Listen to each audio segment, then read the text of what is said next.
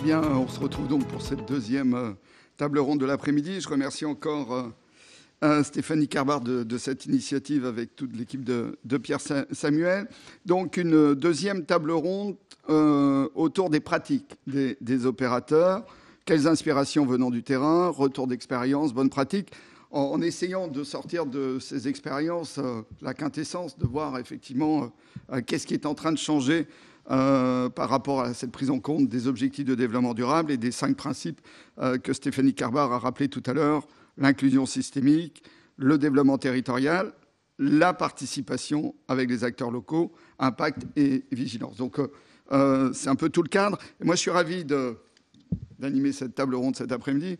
Je suis évidemment sénateur écologiste de Loire-Atlantique, mais surtout aussi président de Climate Change. Et il se trouve que Climate Change, qui est une association internationale que certains ici soutiennent, est une association qui vient justement de mettre sur la table de la Commission européenne, puisqu'on débat aujourd'hui aussi du plan de relance après cette crise sanitaire inédite.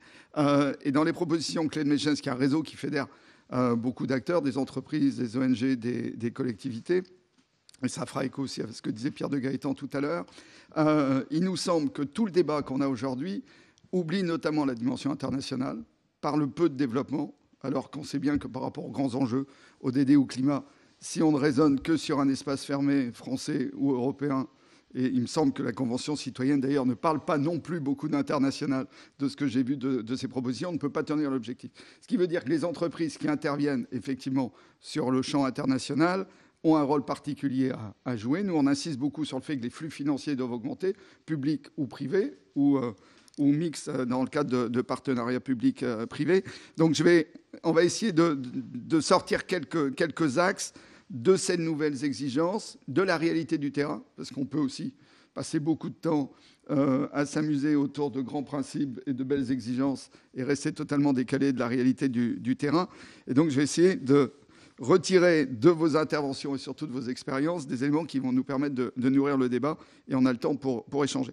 J'ai envie de commencer par Engie, avec Xavier Mallet, donc directeur de la stratégie et de la responsabilité sociétale à Engie, donc très grand opérateur énergétique. L'accès à l'énergie est un des grands enjeux de développement, ça on le sait. Est-ce qu'aujourd'hui, Engie change son paradigme clairement? Est-ce que c'est faisable sur le terrain et notamment au niveau africain, où vous en êtes, et de vos réflexions et aussi du retour de terrain? D'accord, merci. Juste avant de commencer, je voulais présenter les excuses d'Anne Chassagnette qui devait être présente aujourd'hui et qui a eu un empêchement et que je vais essayer de remplacer. Ce qui fait qu'on se retrouve avec un panel totalement déséquilibré, ça ne vous a pas échappé, voilà. Mais c'était Anne qui était invitée. Je vais essayer de remplacer au pied levé. Juste 2 mots sur Engie. Donc Engie, leader mondial de l'énergie, présent dans 54 pays, sur 3 métiers, le renouvelable, les services à l'énergie, les infrastructures. Un autre chiffre, c'est que depuis 2015, Engie a réduit ses émissions de CO2 de 56% et va aligner sa trajectoire énergie sur une trajectoire de degrés. Donc c'est notre objectif. Et Engie vient d'inscrire sa raison d'être à ses statuts. Donc la raison d'être d'Engie, je la reprends mot pour mot, c'est d'agir pour accélérer la transition vers une économie neutre en carbone par des solutions plus sobres en énergie et plus respectueuses de l'environnement. C'est vraiment important pour Engie. Les clés de la réussite pour avoir un investissement en impact chez Engie, tout d'abord, c'est en interne, on a mis en place toute une structure pour prendre en compte la responsabilité sociétale et environnementale à chaque phase, on va dire. Donc en amont du projet, phase d'investissement, donc des critères RSE précis, mais aussi dans les green bonds, enfin les obligations vertes. C'est pas que vert, c'est aussi social. Il y a des vrais critères. Évidemment, des critères dans l'occurrence la construction, l'exploitation, même jusqu'au démantèlement. Enfin, ça, c'est assez classique. Mais bon, concrètement, en Afrique, pour le développement de l'ensemble de ces projets en Afrique, nous, évidemment, on répond aux normes de performance 1 érigées par l'AFC. Je ne sais pas si ça a été évoqué juste avant, mais on va dire les grands points clés pour nous, c'est systématiquement recruter des employés locaux sur tous les postes qui le permettent, avoir des réunions publiques régulières en amont et pendant toute la vie du projet pour impliquer les communautés les plus en amont possible et recueillir leurs attentes surtout, et la mise en place de mécanismes de réclamation neutres pour être certain de ne pas passer à côté de mécontentement. C'est vraiment important maintenant, surtout avec le devoir de vigilance en France. Évidemment, après, financer l'action de soutien aux populations locales. Un exemple assez parlant pour nous en Afrique, c'est l'Afrique du Sud, qui est très avancée sur le sujet, où dans nos actifs en production, on doit reverser entre 1 et 2% selon les assets du chiffre d'affaires des actifs aux populations locales, sous forme de financement, d'actions d'éducation, de santé, etc. C'est un montant assez conséquent du coup. Et du coup, on a toute une évaluation du besoin de la communauté qui est faite régulièrement avec des associations auprès des populations locales pour identifier justement tout ce qu'on peut mettre en œuvre. Donc c'est vrai qu'il y a, beaucoup de leçons à prendre de l'Afrique du Sud, je trouve, sur ce volet-là. Alors, dans les questions énergétiques, il y a effectivement quels vont être les choix de production. Et ça rentre complètement dans notre débat. C'est-à-dire qu'Engie, aujourd'hui, a mis l'accent sur les énergies renouvelables. C'est un élément important de la stratégie du groupe. On sait quand même que dans les besoins énormes en production électrique africaine, il y a aussi de l'argent disponible pour encore beaucoup de projets charbon. C'est-à-dire qu'en rentrant l'ensemble de ces contraintes, est-ce que vous ne vous retrouvez pas, et c'est une question que j'aurai l'occasion de vous poser aux uns aux autres, aussi en concurrence avec d'autres offres qui rentrent beaucoup moins dans la logique des ODD notamment? Non, sur l'aspect environnement, non. Simplement parce qu'actuellement, le solaire est plus rentable que les projets à charbon, tout simplement, en Afrique. Enfin, quasiment partout en Afrique. Donc, c'est peut-être pas la question. Le problème, c'est plutôt l'intermittence de l'énergie où, du coup, on ne peut pas faire que du baseload, en solaire. Et là, il y a une vraie problématique. Et en tout cas, chez Engie, on croit que le gaz va faire partie de cette transition énergétique, avec beaucoup de ressources de gaz actuellement en développement, que ce soit au Mozambique ou au Sénégal, qui vont permettre de remplacer le charbon tout simplement, ou en tout cas d'arrêter le développement de charbon dans les autres pays. En Afrique du Sud, ils viennent de sortir justement leur plan à 20 ans sur l'électrification, et ils vont sortir massivement du charbon grâce au gaz importé. Il y a encore quelques projets de centrales charbon en Afrique, au Kenya, au Sénégal. Ça n'a pas disparu quand même. Au Sénégal, je ne pense pas qu'elle se fera avec... Ouais. Il y a beaucoup de gaz qui ont été découverts ces dernières années. Le Kenya mise beaucoup sur la géothermie aussi en baseload, donc j'ai espoir que ça ne se développe pas non plus en charbon. Et finalement, quand vous arrivez avec ces principes et avec ces idées de gouvernance partenariat renforcé, c'est-à-dire d'associer aussi beaucoup les acteurs, on sait qu'on a aussi un certain nombre de pays africains, je suis là pour poser que les mauvaises questions, qui restent des pays très très centralisés et où l'émergence, par exemple, des acteurs locaux ont du mal à trouver leur espace. Quand un grand groupe arrive avec les principes qui ont été présentés tout à l'heure, est-ce que des fois, ils ne se heurtent pas aussi à des systèmes extrêmement centralisés et à des cultures de pays qui ne sont pas obligatoirement si près que ça, aller vers des stratégies très inclusives? Pour nous, ce n'est pas le principal problème. En tout cas, vu que justement les gouvernements clairement ne sont pas tous au même niveau, mais la World Bank et toutes les institutions internationales les aident justement. Et souvent, Engie va, hélas, dans les pays où il y a des garanties, on va dire, internationales pour ces projets. Et du coup, tous ces critères sont bien mis en place, en fait, tout simplement grâce à l'AFC, la World Bank et d'autres institutions. Donc, pour moi, c'est pas ça le problème. Le problème peut-être le plus important, comme vous l'aviez mentionné, c'est la concurrence. Où, tout compte fait, il y a une concurrence sur les prix, surtout sur le solaire, où, tout compte fait, les critères RSE sont très très loin de la première priorité, c'est que le prix. Et inclure plus de critères RSE dans les appels d'offres me paraît quelque chose de nécessaire pour voir des projets, on va dire, qui incluent les populations locales. Mais donc, vous avez des autorités nationales avec beaucoup de systèmes de distribution centralisés. C'est le modèle de la distribution d'électricité centralisée quand même extrêmement fréquent en Afrique, comme chez nous. Vous avez des interlocuteurs qui poussent aujourd'hui à renforcer les critères RSE dans les appels d'offres? Oui, en tout cas, pas tous évidemment, mais quand j'ai discuté dernièrement avec le ministre de l'énergie du Sénégal, clairement le Sénégal a une volonté très forte et ils ont formé énormément de gens au sein du gouvernement et des ministères pour justement mettre ces critères RSE dans tous leurs aspects. Donc oui, il y a un mouvement. Je n'ai pas envie de citer les mauvais élèves, mais clairement, il y a un mouvement. Oui, c'est toujours, vous me citez les bons élèves. Oui. Merci, on aura l'occasion d'échanger. Pierre-Yves Fouliquin, nouveau directeur du développement durable chez Suez. On parlait du Sénégal. Je crois d'ailleurs que l'évolution du contexte au Sénégal vous intéresse aussi. Il me semble, vous ressentez sur le terrain aussi la même évolution des choses? Je pense qu'il y a des pays où l'attente de partenaires, je dirais, qui mettent tout ce qui est inclusion, environnement comme critère premier, effectivement, et le Sénégal et j'allais dire le Maroc font partie quand même des bons élèves de l'Afrique. Le Sénégal, nous, en tant que maintenant société d'affermage, on a repris le contrat d'affermage du Sénégal donc, avec la société CNO, donc on a une participation qui est minoritaire. On a une ambition qui est de porter les 1200 collaborateurs sénégalais au même standard que ce qu'on a fait en France ou au Maroc ou ailleurs. On a une consommation électrique, puisque l'eau est un des gros consommateurs de production, amener l'eau et autres. Et donc on est en train de travailler avec Engie et d'autres, effectivement, pour voir comment mettre de l'énergie verte à la place de l'énergie fossile qui est utilisée. Et ça, ça fait partie des critères qui ont fait la différence sur l'offre.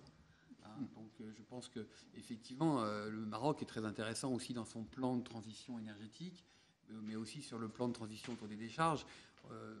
Moi, je dis souvent qu'effectivement, un des problèmes de l'Afrique, c'est ces émissions de méthane qui sont liées au fait que les déchets ne sont pas traités. Vous avez autour de 7 à 8% des émissions de CO2 d'un pays émergent qui sont aujourd'hui liées au fait que les déchets ne sont pas traités.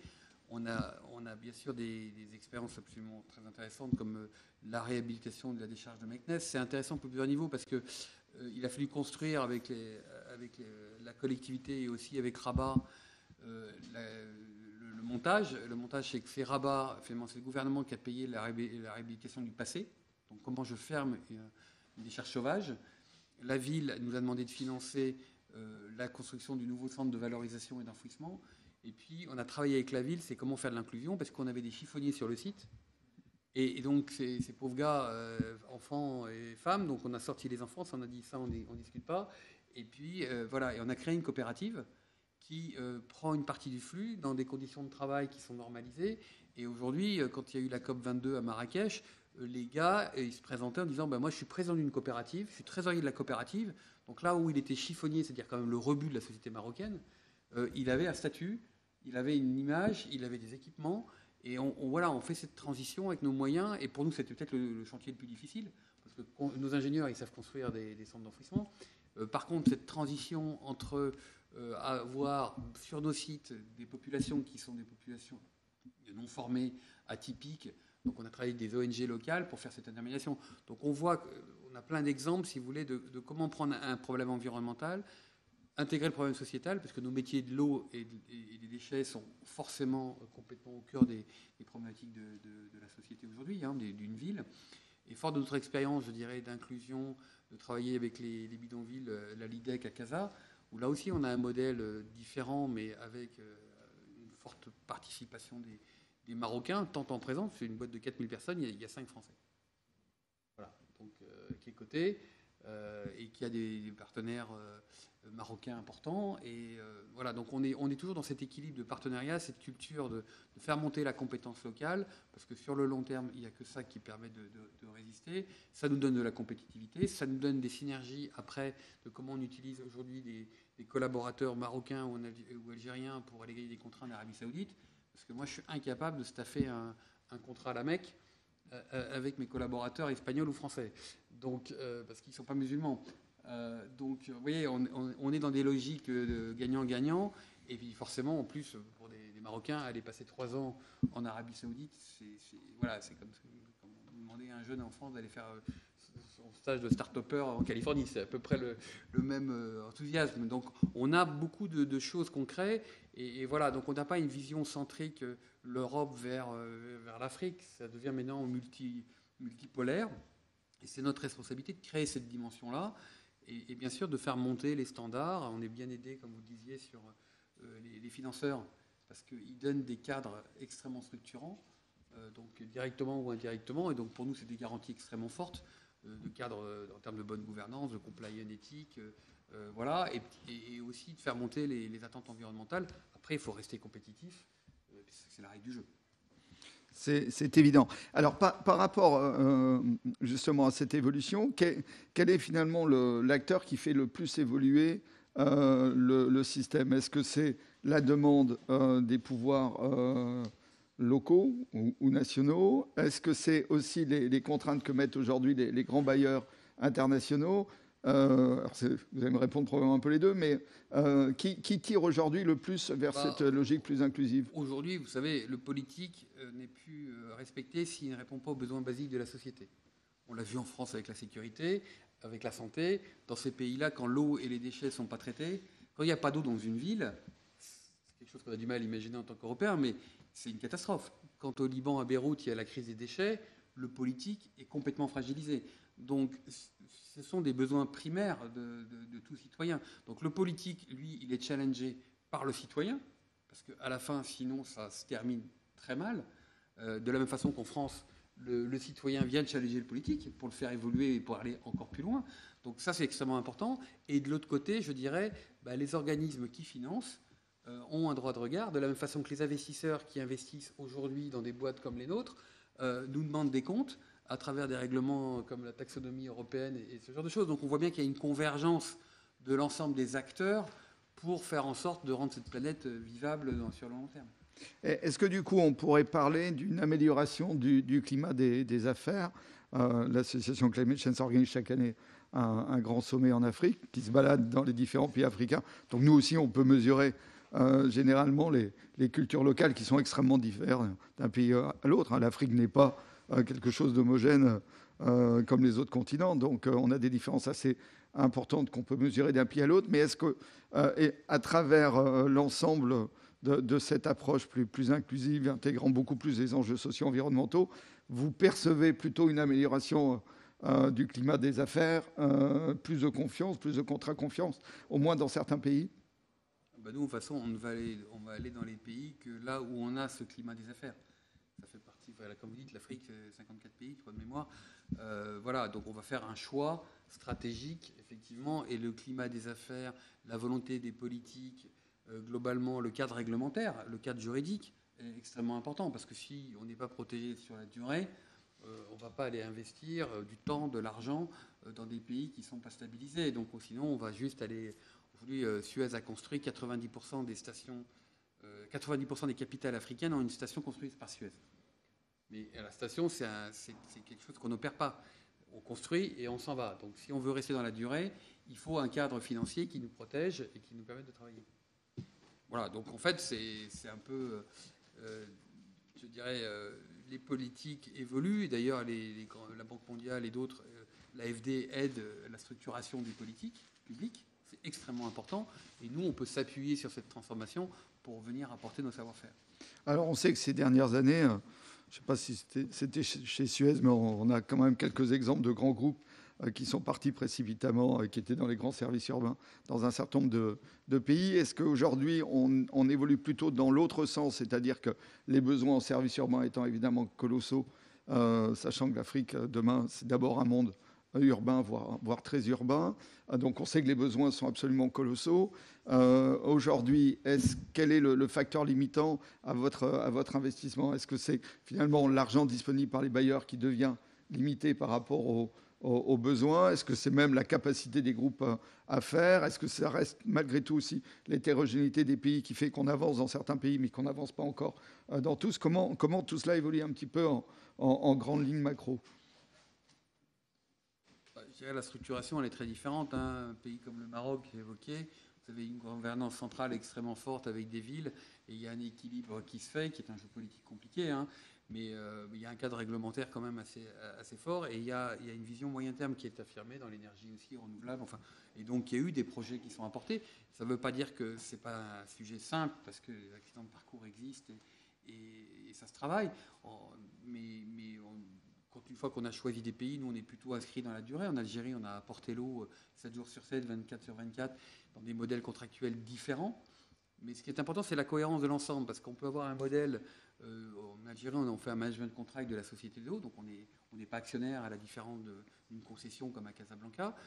Mais par contre, l'État, dans les 10 premières années de ce management contrat, il a mis beaucoup d'argent pour gérer les infrastructures. Donc en fait, on voit bien que nous, on ne peut pas améliorer la qualité du service public si à un moment les infrastructures ne sont pas là. Donc on peut les financer, modèle concessif. On peut travailler dans un modèle d'affermage comme au Sénégal, et il y a une société d'infrastructures publiques qui va répondre à cette demande-là. Vous pouvez avoir un système comme en Algérie où c'est un management contract de la société d'eau, mais c'est l'État qui investit directement, le ministère de l'eau qui investit dans la transformation. Et en fait, il faut une cohérence globale, voilà, et dans la durée. Voilà. Et donc, il faut que le politique soit constant. Et s'il change, il faut reprendre les sujets. Et donc, notre analyse stratégique, nous, c'est de dire dans quels sont les pays où on pense qu'on a une durée, un cycle assez long, parce que quand vous travaillez sur un cycle de l'eau ou sur du déchet, vous n'êtes pas pour 3 ans. Vous venez sur des cycles extrêmement longs, quelle que soit votre exposition. Mais voilà, donc je pense qu'effectivement, il y a des modèles qui fonctionnent. Et puis, il y a le modèle classique du constructeur exploitant, par exemple, qu'on a beaucoup utilisé en Égypte. On a construit une extension de la station d'épuration d'Alexandrie avec valorisation du biogaz et autres. Bon, ça, c'est financé par l'AFD. Voilà, donc on a tous les modèles. Et moi, je dis souvent, on ne cherche pas à vendre un modèle. Le modèle, c'est un choix politique. C'est la puissance publique qui va définir son choix politique. Comme en France, vous avez des gens qui préfèrent les régies, d'autres qui préfèrent la délégation de service public. On est sorti de cette discussion-là. Nous, on est là pour apporter aux régies ou en tant que prestataire privé ce que l'élu veut pour améliorer la qualité de vie à ses citoyens. Voilà. Et après, le schéma contractuel, il est mis en cohérence avec cette vision politique. Mais est-ce qu'aujourd'hui, vous avez des facteurs limitants pour en faire plus, c'est-à-dire soit des accès à des financements internationaux insuffisants par rapport aux besoins, soit aussi des enjeux de formation, qui est un enjeu absolument central, y compris des encadrements formés. Le facteur limitant, c'est le nombre de projets qui soient complètement structurés. Oui. Voilà, dont la cohérence globale est finalisée. Parce que s'il manque un bout, s'il manque le volet exploitation, si on a eu des projets financés par certaines institutions françaises où on mettait d'un côté l'ingénierie, de l'autre côté la construction et du troisième côté l'ONM à 3 opérateurs différents, à la fin, il ne faut pas s'étonner que ça ne marche pas, si vous voulez. En tout cas, ce n'est pas notre modèle. Donc moi, je dis, si c'est ça la volonté de l'élu ou de l'institution financière, moi, en tant que Suez, je ne répondrai pas. Voilà, et puis chacun est assez grand pour prendre ses responsabilités, si vous voulez. Donc nous, on s'assure toujours, en tant qu'entreprise, de dire est-ce que le schéma est cohérent dans son ensemble et va nous permettre de délivrer sur le long terme ce qu'attend le citoyen et le politique, c'est-à-dire une qualité améliorée, une qualité de service améliorée, que ce soit dans l'eau, les déchets, mais dans l'air. Voilà. Et si le schéma, on considère qu'il n'est pas contractuellement, politiquement et financièrement équilibré, voilà, il nous protège dans la durée, on ira ou on n'ira pas.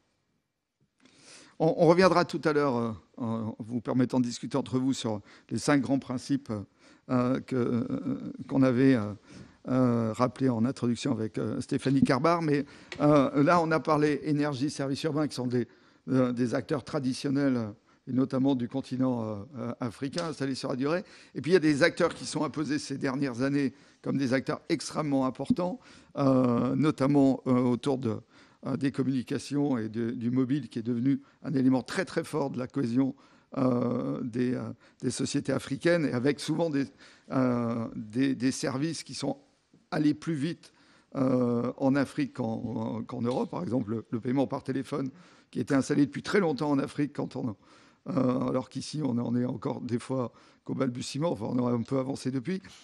Pour une société comme Orange, donc très présent sur un certain nombre de pays africains, aussi, ces principes autour d'inclusion, c'est très présent, ou comme vous êtes peut-être encore plus que les autres dans un système extrêmement concurrentiel, parce qu'il y a beaucoup d'opérateurs et une guerre des prix permanente. Enfin, ça existe dans tous les domaines, mais dans le mobile, c'est quand même extrêmement important. Est-ce que vous avez les moyens d'intégrer l'ensemble de ces principes de responsabilité sociale, environnementale, d'inclusion?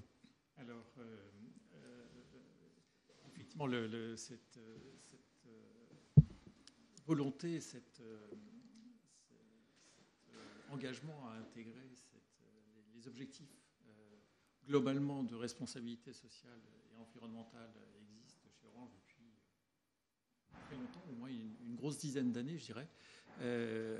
Quand on opère en Afrique, et on est opérateur, c'est-à-dire qu'on est au moins autant africain qu'européen. En Afrique, on est même plus africain qu'européen. On a 20 000 collaborateurs en Afrique. On est présent aujourd'hui dans 17 pays africains.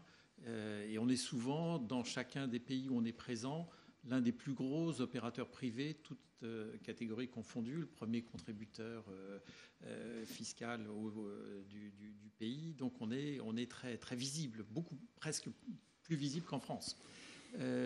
Donc on a des responsabilités très fortes à l'égard du politique, mais aussi beaucoup à l'égard de nos collaborateurs et à l'égard de l'ensemble des parties prenantes et donc bien sûr de la population. Donc cette notion d'inclusion est quelque chose de très fort. Alors on vient de lancer notre nouveau plan stratégique Engage 2025 et globalement pour le groupe d'ailleurs, les deux grands piliers sociétaux sur lesquels on souhaite s'engager plus particulièrement, même si on peut s'engager sur les 17 ODD, puisqu'on est vraiment le digital a un impact de façon transversale sur l'ensemble des ODD.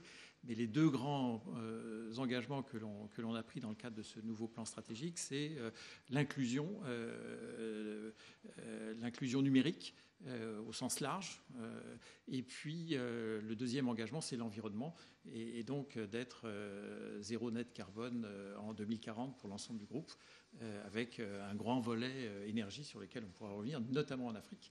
Et donc, ça, ce sont des éléments qui vont structurer très fortement notre activité et le développement de nos investissements, mais qui s'appuient sur des travaux, des résultats très importants dans le passé. Alors vous évoquiez pour l'Afrique et le Moyen-Orient, donc on s'est développé de façon entre guillemets sous la forme d'investisseurs privés, avec assez peu recours à des financements de type grand bailleur, même si on a des relations très étroites avec les bailleurs pour discuter avec eux l'évolution du cadre réglementaire et fiscal qui permet de développer ces services digitaux de la manière la plus dynamique possible. Mais globalement, ça a été, et pour pratiquement tous les acteurs en Afrique, ça a été essentiellement un investissement privé. On investit en tant que groupe 1 milliard d'euros tous les ans, depuis 10 ans. C'est vraiment très régulier. Donc c'est quand même très significatif quand on compare à l'ensemble des fonds qui sont apportés par les bailleurs. On est en tant qu'acteur privé de très gros investisseurs sur le continent africain. Mais aujourd'hui, effectivement, pour aller répondre à la demande politique, on parlait tout à l'heure de qui sont les drivers, il y a une vraie demande politique parce que tous les gouvernements maintenant ont pris conscience, et les bailleurs aussi. C'est un travail qu'on a fait beaucoup, on l'a fait toutes ces dernières années par exemple auprès de la Commission européenne, que le digital peut apporter des solutions dans tous les domaines, que ce soit la santé, l'agriculture, l'éducation, l'énergie. Il y a énormément à tirer parti, pas seulement sur les communications pures, mais dans le développement économique, dans toutes les politiques de développement économique du digital. Et on a suffisamment bien travaillé en termes de lobbying, si on peut dire, que la Banque mondiale d'abord, la coopération américaine, puis aujourd'hui l'Europe, la coopération allemande très active, la coopération française. Tout le monde a fait son plan stratégique sur le digital globalement ou en Afrique. Et les gouvernements africains nous disent très bien, vous nous dites que le digital, les services digitaux peuvent nous apporter des solutions pour apporter des services e-gov à toute la population, mais si on veut les apporter, il faut que ce soit à l'ensemble de la population. Il ne faut pas créer à nouveau un fossé entre les différentes catégories de la population. Et là, on arrive à une situation où il faut effectivement mettre en place les outils qui permettent d'atteindre à un horizon pas trop éloigné, 2030 par exemple, qui est l'objectif des ODD, un accès universel aux services digitaux. Et l'association de la GSMA des opérateurs mobiles a pris un engagement l'année dernière, il est présidé aujourd'hui par Stéphane Richard, le président d'Orange, mais a pris un engagement spécifique sur l'inclusion numérique de l'ensemble des populations. Et ce qu'on dit aujourd'hui, c'est si vous regardez les statistiques globales, on a environ une couverture qui finalement est relativement bonne, y compris même en Afrique, on arrive à couvrir dans des pays comme le Sénégal 80-90% de la population. Oui, des fonds, quand on est en Afrique d'ailleurs, et qu'on rentre dans à 30 km de Nantes, on se dit que la couverture est parfois meilleure. Peut-être meilleure, oui. Et donc, bon, on a fait des progrès en termes de couverture physique, technique, et on continue. Il y a des nouvelles technos qui arrivent, il y a des nouveaux moyens techniques qui nous permettent d'aller au-delà. Il faudra aussi être accompagné par les énergéticiens, parce qu'on aura besoin d'énergie pour aller plus loin, si on peut dire. Ce qu'on voit, c'est qu'en réalité, on a un problème d'adoption de l'Internet. Il y a un problème de formation au digital de base. Hein. Une grosse partie de la population africaine, plus de 50%, est encore illitérate, comme on dit en bon français. Donc il y a un vrai travail fondamental à faire. Il y a un problème de capacité financière individuelle. Donc on fait un gros travail, nous par exemple, avec des équipementiers, beaucoup chinois évidemment, pour amener des terminaux qui soient quasiment des smartphones à un prix public entre 20 et 30 dollars. Donc ça commence à devenir quelque chose qui permet d'élargir beaucoup l'accès à tout cela. Par exemple, et c'est vrai dans l'ensemble de la chaîne finalement, la logistique, on parle avec les autorités des droits de douane, parce que c'est complètement absurde de mettre des droits de douane sur des produits qui de toute façon vont être importés. Il y a un petit peu de production maintenant en Afrique, mais on est très loin du compte, parce que c'est vraiment un service, enfin un équipement de base fondamental pour avoir accès au digital. Donc il y a tout un ensemble, un environnement qui permettrait d'accélérer, même avec la couverture actuelle. Mais aussi, ce qu'on dit, effectivement, si on veut aller dans les zones rurales, ce qu'on appelle, nous, l'ultra-rural, effectivement, il n'y a pas de ce qu'on appelle les business cases. Et donc, il faut on a décidé, nous, d'être beaucoup plus ouverts à du partenariat avec les autres opérateurs, ce qui nécessite aussi d'avoir un cadre juridique qui nous permette de le faire, un cadre réglementaire qui nous permette de le faire. Et donc on discute par exemple avec Vodafone en RDC pour voir de quelle manière co-investir ensemble pour couvrir les zones rurales.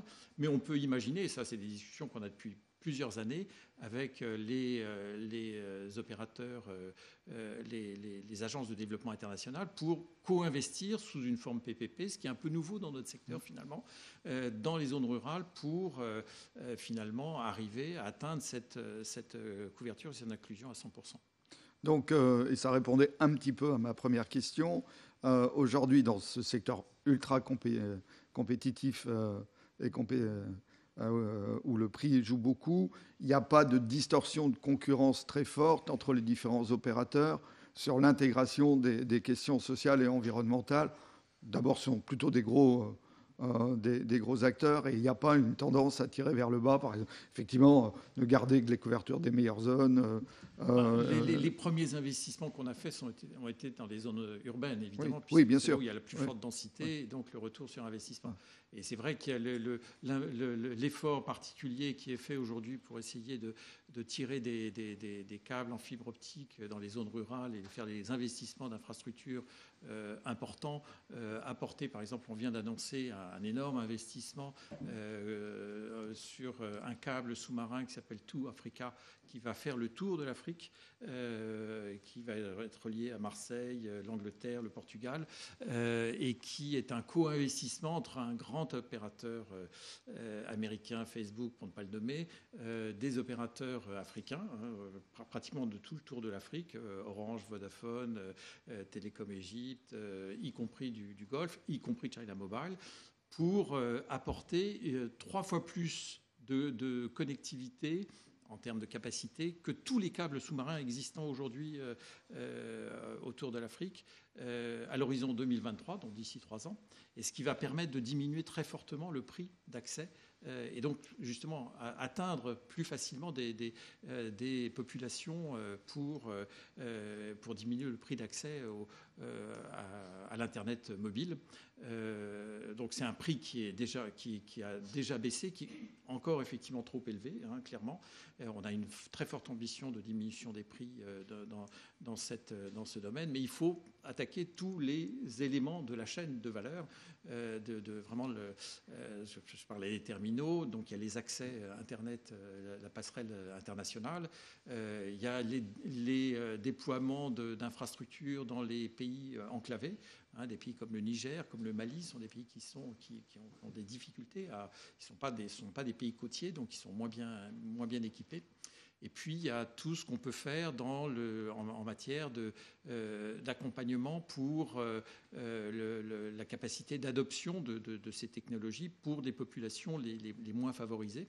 Et donc, la définition de services les mieux adaptés, donc avec un ensemble de partenaires complètement locaux. Là, on a très fortement déployé des écosystèmes locaux de start-up depuis une dizaine d'années. On a été à l'initiative de création d'incubateurs dans plusieurs pays du Sahel, notamment le Niger, le Mali, la Guinée-Conakry, pour justement développer des écosystèmes d'entrepreneurs locaux dans le secteur des TIC qui développent des services complètement adaptés et à des coûts adaptés aussi à la population locale.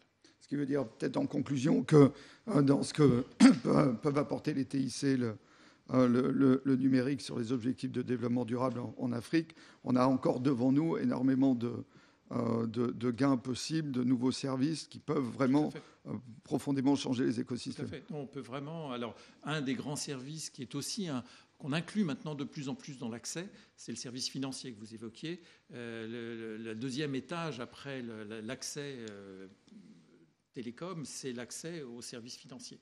Et pouvoir immédiatement payer des services d'agriculture, par exemple, simplement en un clic, Orange Money ou n'importe quel autre opérateur de mobile money. On est en train de mettre en place les interopérabilités nécessaires entre les opérateurs de monnaie au niveau du continent pour que ça devienne un service finalement sans couture entre les différents opérateurs, comme c'est le cas pour les télécoms de base.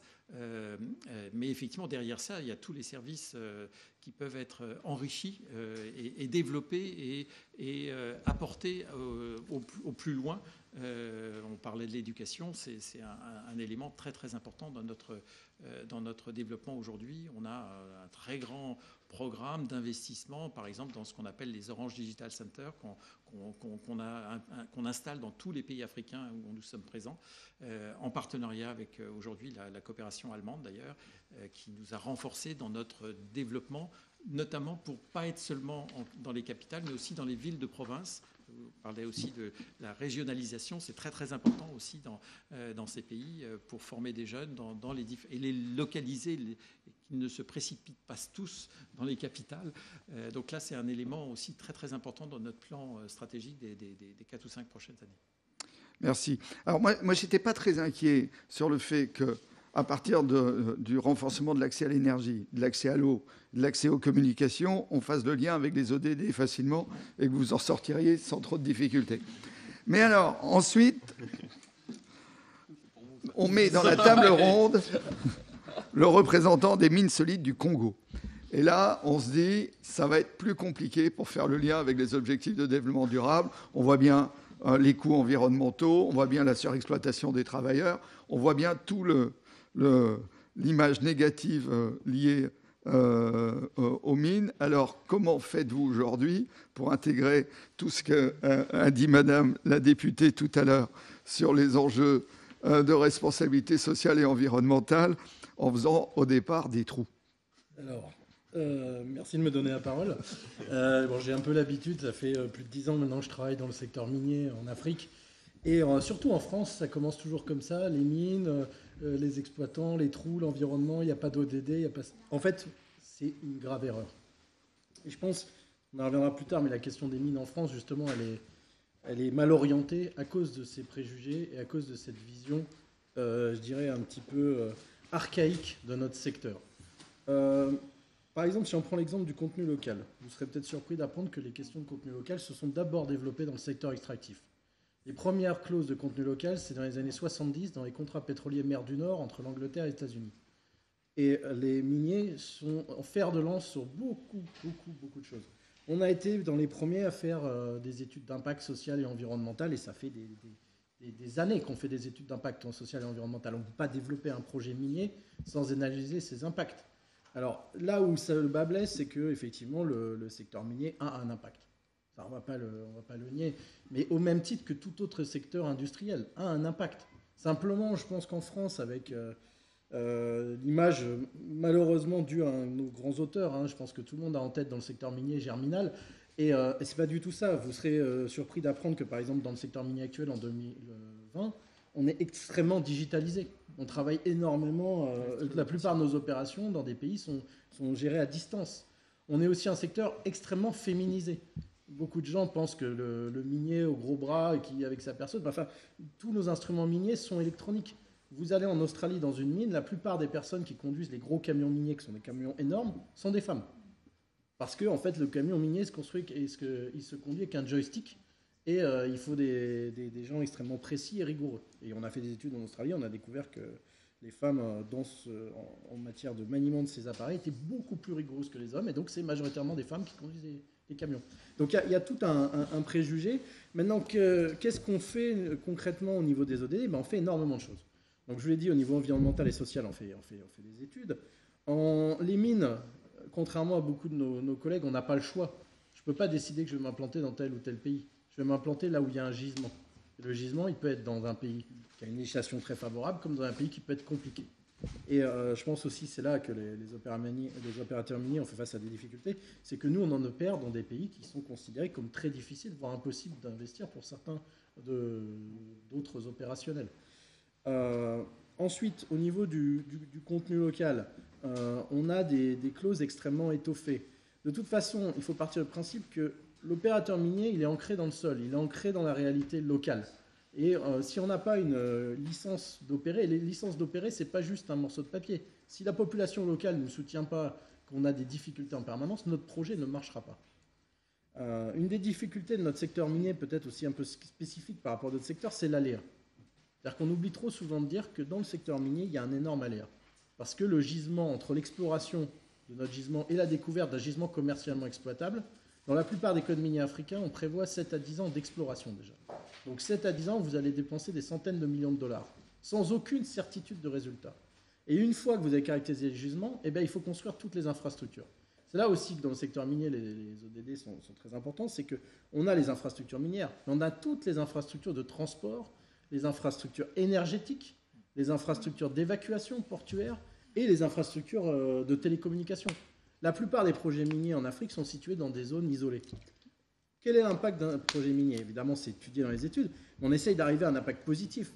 On est dans des zones où, effectivement, il y a un impact environnemental, mais derrière, vous avez des populations qui atteignent de l'emploi et qui n'ont absolument aucun espoir dans les zones où on est parce qu'il n'y a pas d'activité économique. La plupart de nos sites sont totalement isolés, des populations peu éduquées, et en gros, on est un peu le seul espoir de la zone. Donc au niveau, social, on a un rôle majeur à jouer. Et on joue ce rôle dès le départ, dès la phase d'exploration. On n'attend pas de faire des bénéfices pour commencer à investir. On a investi dans l'éducation, parce qu'on sait que nos projets s'étalent sur 50 à 60 ans dans une zone donnée. Encore une fois, nous, le gisement, on ne peut pas le basculer d'un endroit à un autre. Donc, on a investi énormément dans l'éducation, on construit des écoles. Là, le projet que je gère depuis 10 ans, on était en phase de mobilisation des fonds avec le Covid, ça va être une situation assez compliquée, mais pendant 10 ans on a investi, on a créé des écoles, on est arrivé dans une zone où il n'y avait plus d'école, il n'y avait pas d'éducation, même l'école primaire, donc ça on le prend en charge. Après, il n'y avait pas de route d'accès. On a créé les routes d'accès, les populations étaient isolées, se déplaçaient difficilement. On a créé des dispensaires au niveau santé, parce qu'on est dans des zones où là aussi, il n'y avait pas d'école, pas d'éducation, pas de santé. Mais pourtant, les populations vivaient là. Et ensuite, on est dans des zones extrêmement sensibles, du fait qu'on a des populations autochtones dans notre zone, donc, qui sont sédentarisées. Mais il y a une relation entre les Bantous et les autochtones en Afrique centrale qui est très complexe, qu'on essaye de respecter, d'analyser. Donc la question aussi des droits de l'homme là-dessus. Et là, je pense que les standards SFI dans le secteur extractif sont appliqués depuis une vingtaine d'années, une trentaine d'années. On était vraiment notre secteur est un secteur en avance sur beaucoup d'autres sur ces sujets-là, parce qu'on opère dans un environnement où on n'a pas le choix. Les gens sont autour de nous. Une mine, c'est 10 ans d'exploration, 50 à 60 ans d'exploitation dans une zone donnée, avec impossibilité d'aller ailleurs, puisque le gisement, il vous indique l'endroit où vous devez être. Donc ça, c'est au niveau du global. Maintenant, au niveau de l'application, la plupart des conventions minières pétrolières contiennent des obligations de contenu local qui sont généralisées aux autres secteurs. Il y a beaucoup d'attentes dans notre secteur. C'est vrai qu'un peu la difficulté du secteur minier, c'est qu'on suscite énormément d'attentes des populations. On a aussi dans la loupe de beaucoup d'ONG au niveau environnemental, donc on est obligé de concilier tout ça. Et les mines modernes et les opérateurs miniers, disons, qui sont vers le développement durable, donc les opérateurs miniers principalement occidentaux, disons, on souffre aussi d'une grosse concurrence avec d'autres opérateurs, notamment asiatiques. Voilà, c'est la question que j'allais vous poser. Oui, on a des compétiteurs qui ne jouent pas le jeu. Et ça, c'est un vrai souci. C'est un vrai souci parce que les coûts additionnels générés par toutes ces obligations de contenu local, d'environnement, qui bien sûr sont obligatoires, ont un impact. Et on ne peut pas être toujours compétitif par rapport à nos concurrents. Et pourtant, au finish, le consommateur européen va acheter les produits de ce concurrent qui n'est pas forcément vertueux. Et ça, c'est aussi des sujets importants. Et je pense que dans notre secteur, il y a un besoin de renforcer le dialogue entre les opérateurs. C'est pour ça que nous, on a créé cette fédération au Congo qui n'existait pas, et les pouvoirs publics, mais aussi les bailleurs de fonds. On a trop, pour le développement durable, d'opérateurs et de gens qui travaillent en silo.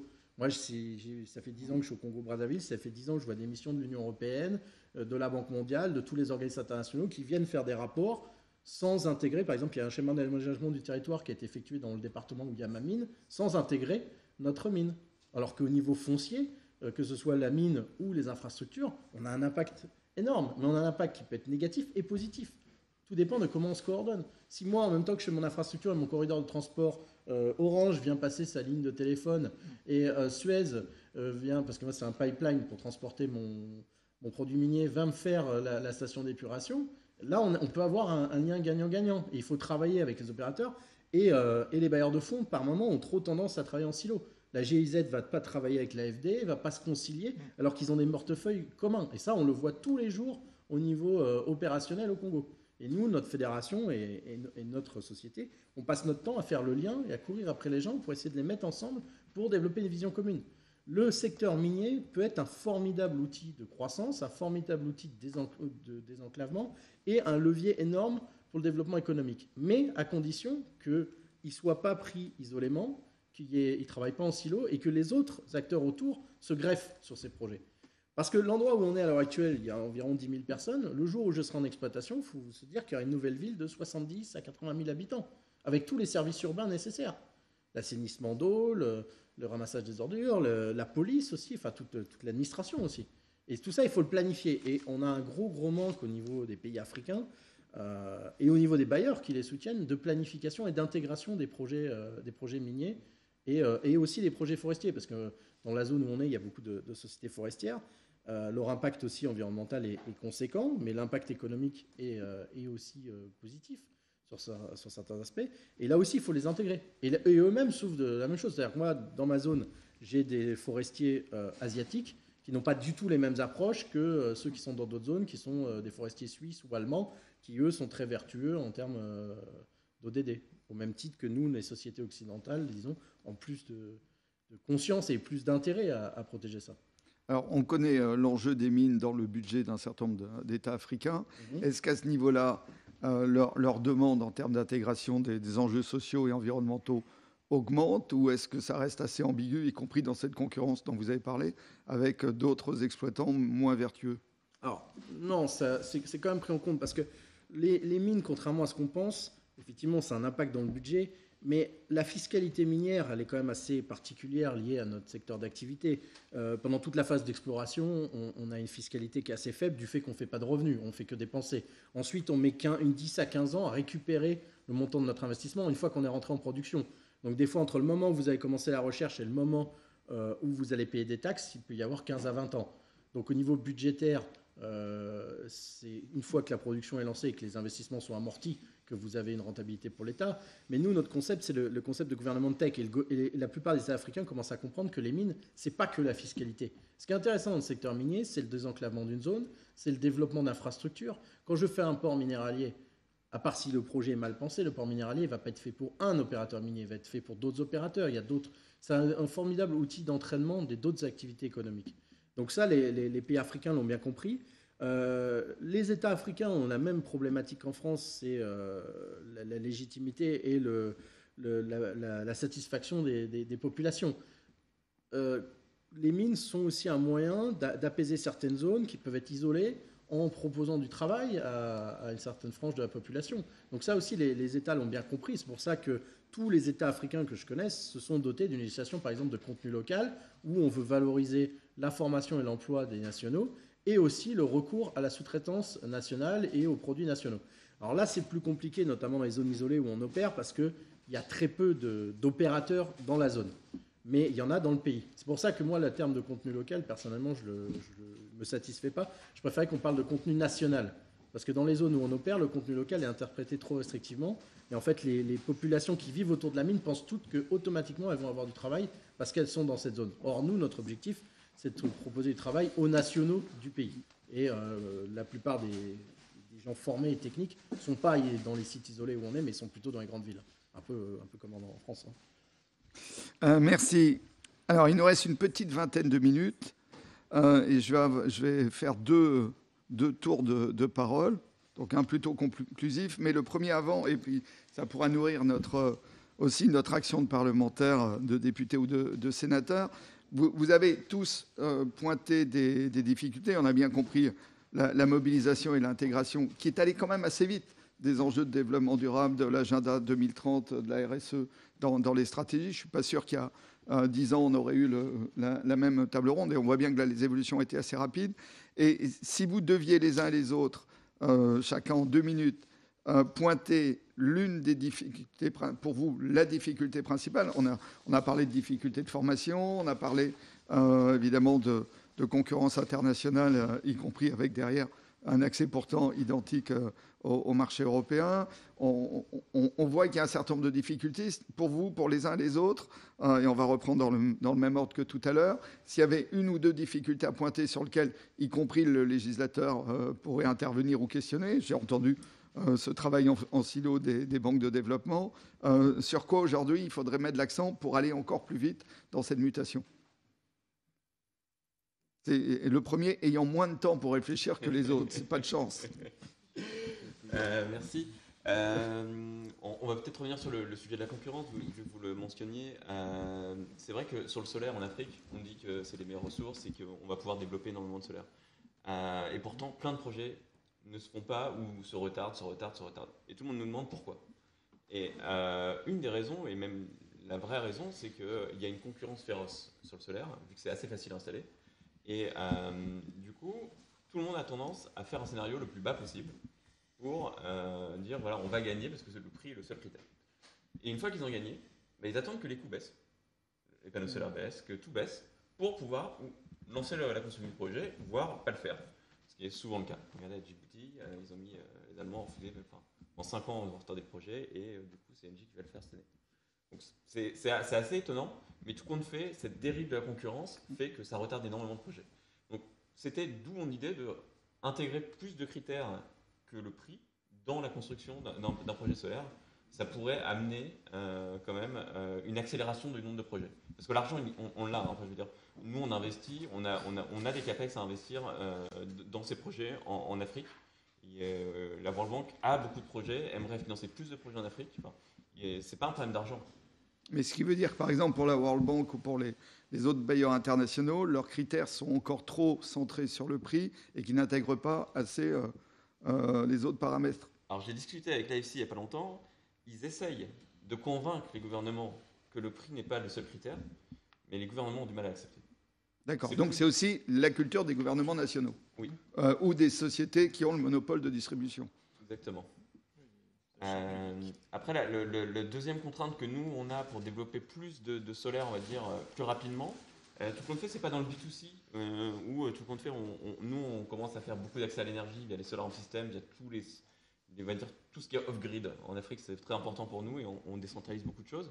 Et tout compte fait, c'est en B2B, on a plus de mal. Je regarde mes acteurs ici à gauche, qui sont nos clients aussi, pour installer des panneaux solaires. Et du coup, nous, on a un business model avec Engie où Engie investit pour eux dans les panneaux solaires et eux, les clients payent que le kilowattheure consommé. C'est un moyen de dérisquer, on va dire, un peu leur investissement. Et que ce soit off-grid pour les mines, off-grid pour toutes les tours télécoms. Et du coup, il y a ces partenariats qui ont du mal à se mettre en place encore. Même si on vient de signer avec Anglo American un projet de 25 MW solaire uniquement pour faire de l'hydrogène, pour pouvoir faire du fuel pour les trucks justement de façon verte. Et peut-être que ça pourrait résoudre un des problèmes des mines, c'est peut-être essayer de créer des labels du cobalt vert, du cuivre vert, ou je ne sais pas, pour après dans toute la chaîne de fabrication des matériaux technologiques, qu'il y ait vraiment une différenciation entre les bons acteurs miniers et les mauvais en termes social et environnemental, parce qu'il y a encore beaucoup trop de consommation de diesel dans les situations off-grid en Afrique. Donc ça va aussi dans le sens de ce que disait Florent Laget, de dire qu'il faut moins fonctionner en silo et que les acteurs différents ont quand même à discuter bien plus ensemble et qu'il faut créer cette culture du dialogue. Suez ? Je rebondirais deux choses pour moi. Il y a clairement la construction des appels d'offres mieux disant avec une forte analyse des critères RSE. Là, on est sur un appel d'offres de traitement des micropolluants en Suisse. Le prix, c'est 30% de l'évaluation technique globale. Donc, effectivement, ça permet de construire ça. Mais vous savez, cette problématique, on l'a aussi en France. Hein. Le politique a du mal avec l'appel d'offres mieux disant parce qu'il a peur de se faire challenger à la fin sur la décision publique qu'il va prendre. Donc, il ne faut pas s'étonner que nos collègues politiques africains ils aient les mêmes difficultés parce qu'ils vont être soupçonnés donc, il faut arriver à objectiver ces critères, qu'ils aient effectivement des consultants comme IFC et autres de premier rang qui, quand même, peuvent les aider dans leurs évaluations et aller jusqu'au bout de cette transformation-là. Parce que sinon, effectivement, on va s'arrêter en chemin. Ou en tout cas, il y a beaucoup de projets qui n'iront pas jusqu'au bout. Et puis, ils seront déçus derrière sur les opérateurs qui sont pris. Parce qu'effectivement, si vous avez ce qu'on dit, hein, you pay peanuts, you get monkey. Hein, donc, à la fin, on n'en sortira pas. Et puis, j'ai une deuxième problématique pour l'Afrique, moi, et pour les pays émergents en général, c'est comment on met un prix du carbone sur les projets d'enfouissement et des charges. Parce que quelque part, on a des puits à méthane qui sont là. Je parlais de Meknès tout à l'heure. Meknès, c'est 100 000 tonnes de CO2 évitées par an.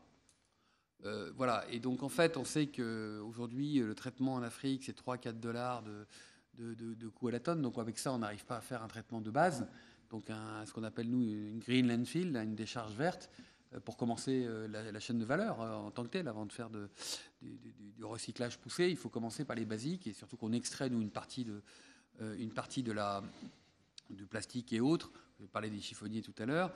On va valoriser les lixivia en faisant du reuse pour faire les besoins d'eau. Donc on a toute une chaîne qui est organisée. Mais si on ne met pas un prix du carbone en tant que tel qui est sponsorisé par les grands bailleurs et qui est structuré, on ne va pas aider, je dirais, ces pays-là à trouver les financements. Et donc il faut qu'on soit cohérent. Le carbone, à la fin, il est planétaire. Donc l'impact sur la planète, le carbone soit émis en Afrique ou en France, quelque part, ça a le même impact final. Et nous, on promeut ça. On a beaucoup discuté avec la Banque mondiale, avec l'AFC, pour trouver des systèmes. Parce que quelque part, si on veut accélérer, je dirais, la transformation, il faut mettre un prix du carbone et il faut que les pays, dans leur planification, on parlait tout à l'heure de planification, d'anticipation, préparent les réserves foncières. Enfin, aujourd'hui, vous avez des villes où il n'y a plus de places qui ont été prévues pour mettre le traitement de déchets. Parce que les militaires ont préempté la zone pour faire un beau programme immobilier. Et donc, forcément, on a le chaos et le nombre de décharges en Afrique qui brûlent, où le méthane est à l'air libre. Enfin, voilà, moi, j'en ai fait quelques-unes, mis mes bottes. C'est quand même assez incroyable. Donc, on a un problème là que tout le monde connaît, tout le monde a analysé, et les études ont été faites. Donc, il faut vraiment qu'au niveau politique, ça soit un sujet qui soit pris. On est dans l'agenda général, on est au cœur des ODD. Voilà, je dirais, je ne sais pas si la Convention citoyenne va sortir ça, mais qu'on ait une somme allouée, je dirais, de la taxe carbone qui aille directement financer des projets à impact 100%. Parce que là, on est effectivement dans l'émission directe. Les solutions existent, il faut vraiment que la structuration se mette en place. Alors, la Convention citoyenne, je ne sais pas, mais je sais que l'adresse que Climate Change a apportée auprès de la Commission européenne il y a 2 jours pose clairement cette question-là, y compris de faire de cette tonne carbone un des leviers de financement des projets en Afrique. Et ça sera aussi, je pense, au cœur du prochain Climate Change, qui sera virtuel. Il devait être au Rwanda, mais évidemment, la crise Covid ne nous permet pas. Mais je pense qu'on aura l'occasion Rwanda, d'y qui est revenir. un très bel exemple de transformation d'un pays en mettant l'écologie au cœur de la transformation. Et on est vraiment malheureux de ne pas avoir pu faire notre sommet au Rwanda. au Rwanda. Vous êtes un homme d'affaires, vous arrivez avec votre sac en plastique, on vous le prend. Enfin, je veux dire, les choses sont cohérentes de manière assez forte. Donc, Rwanda est un exemple pour l'Afrique dans sa transformation écologique. Tout à fait. Alors, il est 52. Il me reste... Je ne vais pas réussir à faire 2 tours. Donc, je vais poser les 2 questions en même temps. Donc, pareil pour Orange, mais en étant vraiment très court, quels sont les points vraiment où il y a une urgence d'amélioration? Là, on a eu des propositions très, très précises. Et ce qui était aussi ma dernière question, de dire, mais je viens d'en parler à travers l'annulation de notre propre sommet Climate Change au Rwanda, on a quand même une crise spécifique sur la table. Est-ce qu'elle va changer les modèles, y compris, est-ce qu'elle va permettre d'accélérer sur la prise en compte des enjeux ODD, ou au contraire, est-ce qu'elle risque de freiner la mutation? Ça, c'était la question de conclusion. Et au final, les 2 en même temps. D'accord. Alors, sur la première question, il y a des sujets généraux d'environnement réglementaire et fiscal, mais je ne veux pas revenir trop là-dessus. Je pense que, par contre, revenir sur l'aspect coordination entre les agences de développement, qui ont un rôle très, très important en termes de recommandations de politique publique. Et c'est vrai qu'avoir une coordination plus forte entre ces agences et aussi une manière de travailler. Alors, dans le cas du digital, c'est relativement important. On est sur des modifications qui sont souvent liées non pas à des grands projets, mais à des grands programmes. Donc il faut arriver à mettre en place des programmes collaboratifs avec les pouvoirs publics. Et donc ça ne se passe pas sous la forme d'appel d'offres. C'est des projets de type PPP dont je parlais. Et arriver à persuader que finalement, dans ce domaine-là, l'une des idées serait de laisser l'initiative du secteur privé et de s'appuyer sur les initiatives du secteur privé pour les renforcer avec des co-investissements à impact. Je donne l'exemple qui est maintenant pour nous très, très, très, très étonnant. C'est sur notre programme des Orange Digital Center en Afrique, qu'on lance dans les 17 pays africains, qu'on va après lancer également dans nos 8 pays européens. Donc là aussi, c'est l'exemple africain qui va irriguer l'Europe. La coopération allemande est venue nous voir en disant sur votre truc, c'est une très très bonne idée, c'est très cohérent. En plus ça, vous avez 10 ans d'expérience en Tunisie, on sait que c'est très bon. Nous, on est prêt à mettre de l'argent. Et donc, ils se sont appuyés sur une expérience dans le domaine de l'éducation et ils ont mis 10 millions d'euros. C'est quand même une somme très importante. Moi, j'ai jamais réussi à obtenir ce genre de choses avec l'AFD et pas avec la Commission européenne. Mais avec l'AFD, on a par exemple, ce type de dialogue reste encore difficile, mais je pense qu'ils sont en train de faire le mouvement, peut-être impulsé aussi par la coopération allemande, mais c'est un bon exemple aussi de réflexion et de changement de paradigme pour les agences. Alors sur l'impact, effectivement, il est très très important. Nous, on le voit, puisqu'on parlait tout à l'heure dans la première partie du secteur de l'informel, l'intégration du secteur de l'informel. Nous, on a un rôle très important dans ce domaine-là. Effectivement, on a des micro-entreprises qui n'avaient plus de revenus pendant pas mal de temps. Et donc ça, on le voit dans le départ, le premier trimestre, nos résultats étaient encore très bons en Afrique, Moyen-Orient, mais je pense qu'on va le sentir un petit peu, même si, évidemment, tout le monde a envie d'utiliser on est l'un des secteurs les plus sauvegardés par rapport à d'autres. Mais malgré cela, une grosse partie de l'activité économique a été touchée. Et donc, inévitablement, on est impacté. Et je pense qu'effectivement, l'une des leçons, évidemment, c'est que le digital, c'est très, très important et qu'avec ça, on peut trouver des solutions pour rebondir, y compris dans un développement plus équilibré entre les différentes régions de ces pays. Et donc, c'est un petit peu ça sur lequel on essaye de travailler. Et on a été contacté, là aussi, pour le coup, par toutes les agences de développement, la Banque mondiale, l'AFD, la Commission européenne, pour nous dire qu'est-ce qu'on peut faire pour améliorer l'accès à Internet très rapidement, faire de la connectivité. Et donc, on est en train de discuter avec les uns et les autres pour voir de quelle manière accélérer certains projets d'investissement dans différentes zones. Merci. En étant toujours assez rapide, puisqu'il me reste 4 minutes. Alors, vous avez été assez précis sur ce qu'il fallait améliorer, notamment sortir de cette logique de silo. Je vais peut-être plus centrer sur la crise actuelle, parce que l'impact sur le prix des matières premières et donc sur tout le secteur de l'extraction minière est important. On sait l'importance aussi économique de ce secteur dans un certain nombre de pays africains, et le Congo en est un excellent exemple. Donc est-ce que cette crise risque d'être quand même extrêmement douloureuse et remettre aussi en cause un certain nombre de dynamiques d'intégration des enjeux RSE et de développement humain? L'impact de la crise, il sera réel comme tous les secteurs. Après, il faut voir minerai par minerai. Par exemple, le minerai d'or se porte extrêmement bien.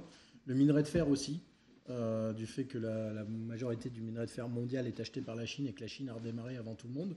Donc, et que le deuxième producteur mondial, c'est le Brésil, qui lui est en pleine crise du Covid. Donc, il faut regarder minerai par minerai. Est-ce que ça va faire baisser les objectifs RSE?